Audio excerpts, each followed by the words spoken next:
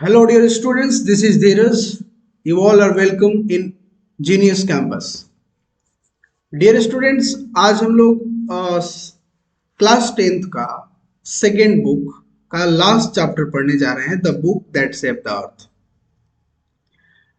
ये footprint without feet का last chapter है और बहुत ज़्यादा इम्पोर्टेंट है।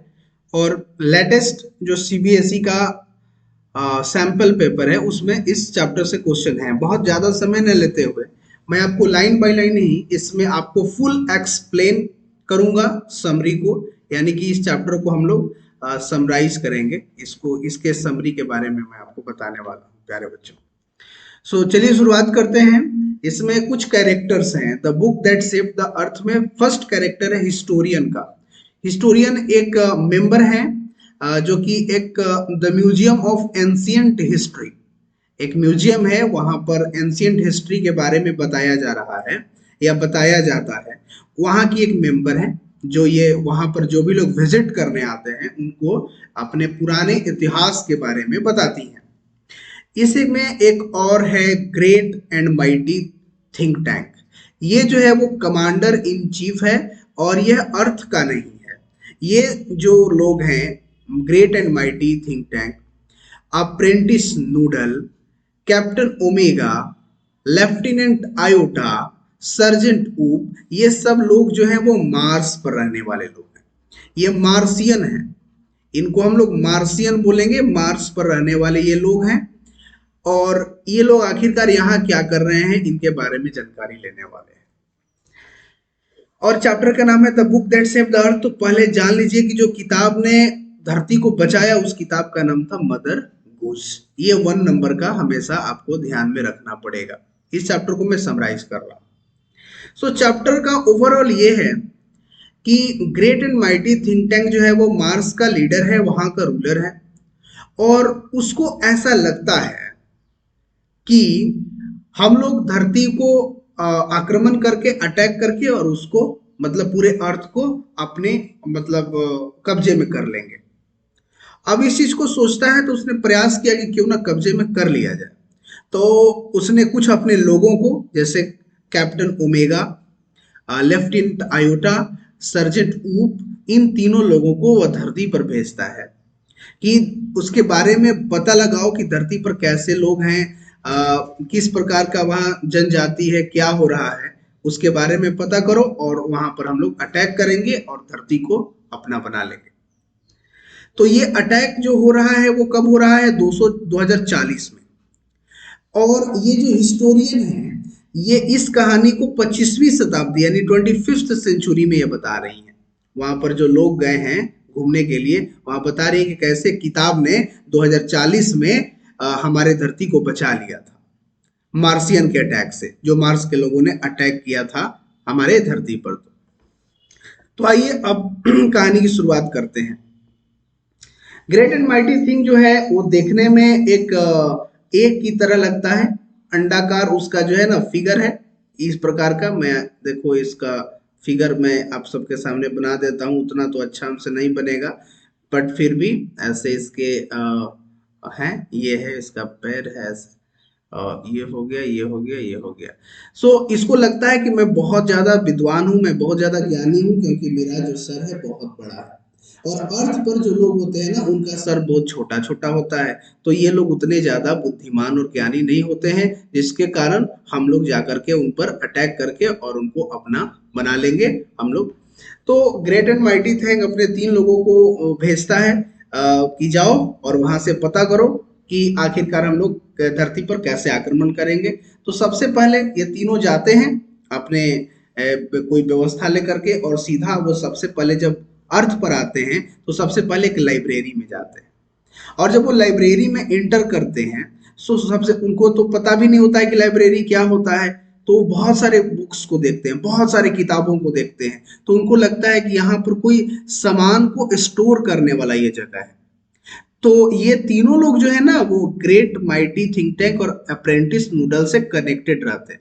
ये दोनों लोग मार्स पर हैं और ये तीनों लोग आ गए हैं कहाँ पर? अर्थ पर आ गए हैं।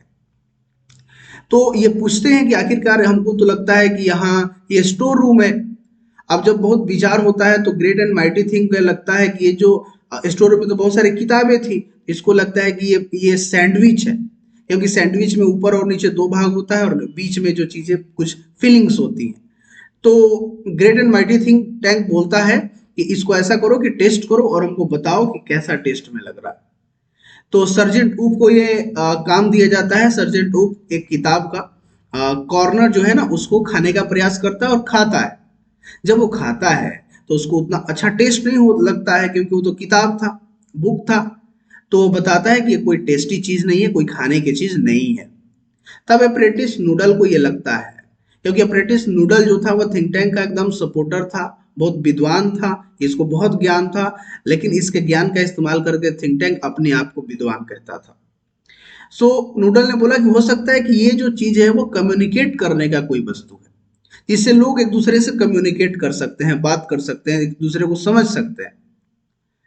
तो जब कम्युनिकेट का बात आया तो थिंक टैंक ने अपने लोगों को आदेश दिया, जो लोग धरती पर आए हुए थे, कि इससे इससे सुनने का प्रयास करो। तो इन लोगों ने उस किताब को सुनने का प्रयास किया। दे ट्राई टू लिसन, लेकिन उन्होंने कुछ सुनाई नहीं दिया। तब great and mighty think tank ने कहा कि वहां के लोग बहुत कम सुनते हैं, वहां की फ्रीक्वेंसी बहुत कम है, लग रहा है कि हम लोग सुन नहीं पाएंगे। तब फिर इनको आदेश दिया जाता है कि कम से कम उस चीज को खोलो, देखो उसके अंदर में क्या है। तो जब उन लोगों ने किताब को खोला, जो लोग क्रू मेंबर्स थे, जो धरती पर आए थे पता लगाने के लिए, जांच करने के लिए धरती को कैसे हम लोग आक्रमण करके उसको अपना बनाएंगे, तो जैसे ही मुझे वो खोलते हैं तो बहुत कुछ लिखा हुआ रहता है। बुक्स में तो ऐसे ही बहुत कुछ लिखा हुआ रहता है ब्लैक लेटर्स में। लेकिन अब ये लोग मार्स के थे और ये धरती की, अर्थ की किताबें हैं। पहले एक बात जान लीजिए, ये अर्थ के लोगों को अर्थलिंग्स बोलते हैं। ये क्या बोलते हैं? अर्थलिंग्स बोलते हैं। याद रखना, कभी भी द पीपल ऑफ अर्थ लिखने के बजाय अर्थलिंग्स लिखिएगा अपने आंसर में तो ज्यादा अच्छा रहेगा। क्योंकि great and mighty thank, apprentice noodle, captain omega, lieutenant iota, sergeant ऊप जो है वो अर्थलिंग्स का इस्तेमाल करते हैं। और इनको लगता है कि अर्थ के लोग बहुत पिछड़े हुए हैं, इनका सिविलाइजेशन बहुत पिछड़ा हुआ है और इनको हम लोग आसानी से कैप्चर कर लेंगे 2040 में। तो जब ये किताबों को खोलते हैं तो इनको तो कुछ समझ ही नहीं आता है। तब उनको आदेश मिलता है, नूडल सब मतलब कि बताता है कि आपके पास जो कैप्सूल है उस कैप्सूल को आप लोग खाइए, उसके बाद आपका दिमाग काम करने लगेगा। तो जब उस कैप्सूल को वे तीनों लोग खाते हैं, lieutenant iota, sergeant Toop and captain omega, then उनको पढ़ने आ जाता है, देखने लगते हैं, समझने लगते हैं कि आखिरकार उस किताब में क्या लिखा हुआ है। तो वो तो किताब जो था वो मदर गुज था, और मदर गुज एक नर्सरी राइमिंग का बुक था। ये जो था ना वो राइमिंग का बुक था। और आप तो जानते ही होंगे कि बचपन में जब आप राइमिंग का बुक पढ़ते थे तो कुछ भी हो जाता था। हाथी राजा कहाँ चले, है ना, तो कोई शेर है जो आपसे बात कर रहा है, हाथी जो है आपके साथ डांस कर रहा है। तो बच्चों का किताब होता है तो उसमें तो कुछ भी बताया जाता है। अब वही बात उस बुक में था। तो सबसे पहले जब उन लोगों ने पढ़ा, तो सबसे फर्स्ट में जब उन्होंने पढ़ा तो उन्होंने क्या देखा कि इस बुक का पहला पोएम में लिखा हुआ था कि इसमें सिल्वर जो है, अक्सर तो खेतों में क्या बोया जाता है, सब्जी बोया जाता है, अनाज बोया जाता है, लेकिन इस पोएम में बताया गया था कि हर एक रो में जो है ना सिल्वर उग रहा है, अलग अलग प्रकार के मिनरल्स उगाए जा रहे हैं। तो जैसे ही ये सब जो जो लोग पढ़ते हैं तो इन लोगों को लगता है कि अरे ये तो अर्थ के लोग बहुत ज्यादा आगे हैं, ये तो बहुत ज्यादा तेज है। ये लोग, हम लोग तो आज तक सब्जी उगाते थे और ये लोग तो अलग अलग प्रकार के मिनरल्स उगा रहे हैं, सब्जी भी उगा रहे हैं, और ये तो बड़ा खतरनाक चीज है, तो बहुत आगे के लोग हैं, ये लोग तो बहुत ज्यादा विकसित सिविलाइजेशन में जी रहे हैं। ये तो एक राइमिंग बुक में था, राइमिंग बुक में तो कुछ भी लिखा हुआ रहता है। आइए लोग इस बात को सीरियसली लेते हैं तो लगता है इन लोगों की तो बहुत तेज लोग हैं जी, क्योंकि किताब में चीजें लिखी हुई हैं। तब दूसरा राइमिंग ये लोग पढ़ते हैं। अभी दूसरा राइमिंग में क्या था? दूसरा राइमिंग में था कि जो काऊ है वो मून पर चढ़ी हुई है, जो डॉग है वह देख करके हंस रहा है।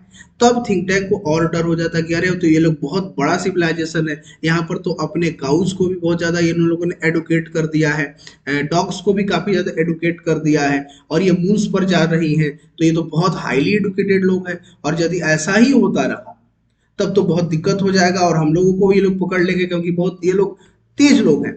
फिर तीसरा इनका जो मित्र है वो तीसरा पोएम पढ़ता है। तीसरा पोएम पढ़ता है तो तीसरा पोएम जो होता है ना, हम्प्टी डम्प्टी का होता है। किसका होता है पोएम? Humpty Dumpty. अब हम्प्टी डम्प्टी जो है ना एकदम ठीक किसकी तरह दिखने में लगता है? हम्प्टी डम्प्टी जो है वो ठीक लगता है, वो थिंक टैंक की तरह, वो भी मोटा, उसका भी सर बहुत बड़ा होता है, आप देखे भी होंगे, और ऐसे उसकी आंखें हैं, ऐसे हंस मुस्कुराने वाला। तो अब थिंक टैंक को लगता है कि अरे हम्प्टी, और उसमें लिखा हुआ था कि Humpty Dumpty had a great fall. तो थिंक टैंक को लगता है कि अरे अब तो हम पकड़े जाएंगे, लग रहा है कि लोगों ने हमको पहचान लिया है, क्योंकि पूरी तरह से रिजेंबल होता था, इसी की तरह दिखता था हम्प्टी डम्प्टी का जो फिगर था, same to same great think tank की तरह। तो ये डर जाता है कि तो धरती वाले जो है ना हमारे बारे में पहले से ही पता कर लिए हैं कि मैं कैसा दिखने में लगता हूँ, मैं कहाँ हूँ।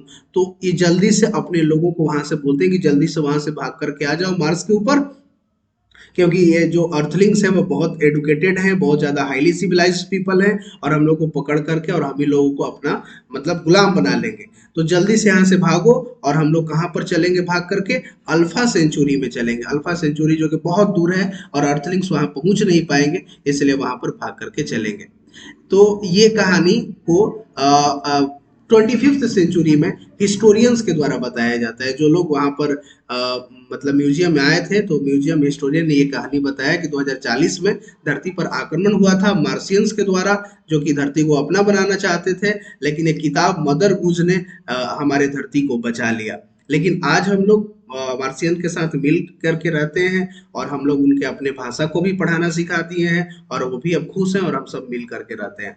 अब कोई दिक्कत की बात नहीं है। तो बस ओवरऑल प्यारे बच्चों यही चैप्टर था। उम्मीद करते हैं आपको बहुत अच्छे से समझ में आया होगा। यदि आपको कोई क्वेश्चन हो, क्वेरी हो, तो please ask my dear student. Thank you so much for watching this video. Please do like, share, subscribe and to comments.